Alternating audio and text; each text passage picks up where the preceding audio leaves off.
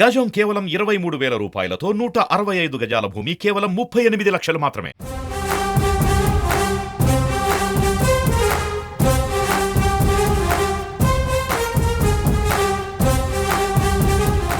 ఏపీలో అసెంబ్లీ ఎన్నికలు సమీపిస్తున్న వేళ అధికార వైసీపీ దూకుడు పెంచింది. రెండోసారి అధికారమే లక్ష్యంగా వైసీపీ అధినేత సీఎం జగన్మోహన్ రెడ్డి వ్యూహాలతో పావులు కదుపుతున్నారు.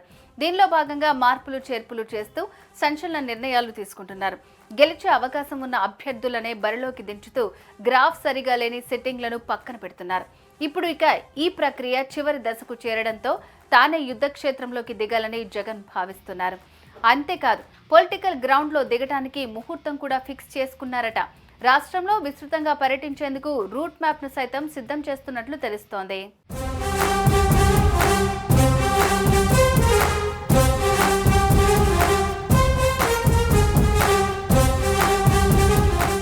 ఎన్నికల సమయం దగ్గర పడుతుండటంతో సమరానికి సిద్ధమవుతున్నారు సీఎం జగన్మోహన్ రెడ్డి. ఇందుకు ఈ నెల 25నే ముహూర్తంగా పెట్టుకున్నట్లు చెప్తున్నారు. రాష్ట్రంలోని అన్ని పార్లమెంటు నియోజకవర్గాల్లో పర్యటించేందుకు రూట్ మ్యాప్ కూడా సిద్ధమైనట్లు తెలుస్తోంది. తన పర్యటనను ఉత్తరాంధ్ర నుండే మొదలు పెట్టబోతున్నారు. ప్రతి పార్లమెంటు నియోజకవర్గంలో ఒక బహిరంగ సభ చొప్పున 26 సభలకు ప్లాన్ చేస్తున్నారు. ప్రతిరోజు 2 పార్లమెంటు నియోజకవర్గాల్లో బహిరంగ సభలు నిర్వహించేట్లుగా రూట్ మ్యాప్ రెడీ అయింది.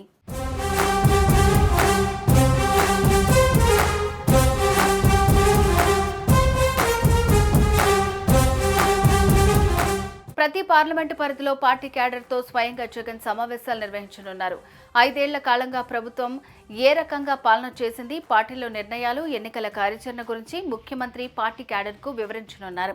ఉత్తరాంధ్ర నుంచి ముఖ్యమంత్రి జగన్ ఈ సమావేశాలు ప్రారంభించనున్నారు. క్యాడర్ను ఎన్నికలకు సమాయత్తం చేయడంతో పాటుగా పార్టీ పరంగా అందరినీ ఐక్యంగా పనిచేసేలాగా సీఎం దిశానిర్దేశం చేయనున్నారు. అలాగే ఈ పర్యటనలోనే జగన్ అభ్యర్థులను జనాలకు పరిచయం చేయబోతున్నారు. బహిరంగ సభలు జరుగుతున్న వేదిక మీద నుంచే పార్లమెంటు అభ్యర్థితో పాటు పార్లమెంటు పరిధిలోని అసెంబ్లీ అభ్యర్థులను కూడా పరిచయం చేయడానికి జగన్ డిసైడ్ అయ్యారు. 26 సభల్లోని అభ్యర్థులను ఇలాగే పరిచయం చేయాలన్నది జగన్ ఆలోచన. దీంతో మొదటి రౌండ్ ప్రచారం పూర్తవుతోంది. ఆ తర్వాత రెండో రౌండ్ ప్రచారంలో అసెంబ్లీ నియోజకవర్గాల్లో సభలు పెట్టినప్పుడు ప్రత్యేకంగా ఎమ్మెల్యే అభ్యర్థుల పరిచయ కార్యక్రమం ఉండాలన్నది జగన్ ఆలోచన.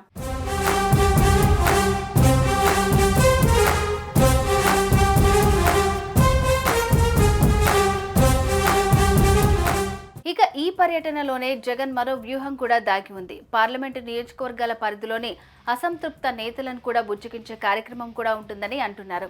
అభ్యర్థులను ఎందుకు మార్చాల్సి వచ్చిందనే విషయాన్ని పర్యటనలో పార్టీ నేతలు, క్యాడర్తో పాటు జనాలకు కూడా డైరెక్ట్ గానే జగన్ వివరించబోతున్నారన్నమాట. అదేవిధంగా ఏ పార్టీలోకి వెళ్లకుండా న్యూట్రల్ గా ఉన్న వారిని పార్టీలోకి రప్పించేందుకు ప్రణాళికలు సిద్ధం చేస్తున్నారు. అలాగే వీలైనంతలో వారితో భేటీలు నిర్వహించాలని, వారి ఇళ్లలోనే బస చేసి చుట్టుపక్కల వాళ్లతో మాట్లాడితే మరింత ప్రభావం ఉంటుంది అన్నది జగన్ వ్యూహంగా కనిపిస్తోంది.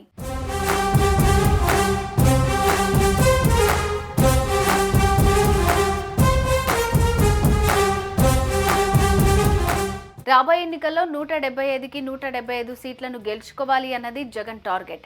ఇందుకోసం గట్టి అభ్యర్థుల ఎంపికకు 1కి 10 సార్లు సర్వేలు చేయించుకుంటున్నారు. వాటి రిపోర్ట్ ప్రకారమే అభ్యర్థులు మార్పులు చేర్పులు చేస్తున్నారు.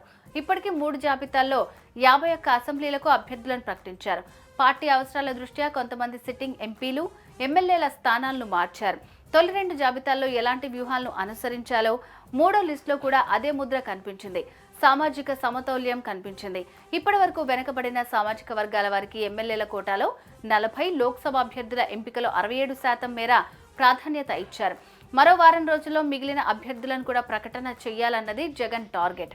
ఆ టార్గెట్ ఫినిష్ అవ్వగానే 25 నుండి పర్యటనకు వెళ్లేట్లుగా గ్రౌండ్ ప్రిపేర్ చేసుకుంటున్నారు సీఎం జగన్.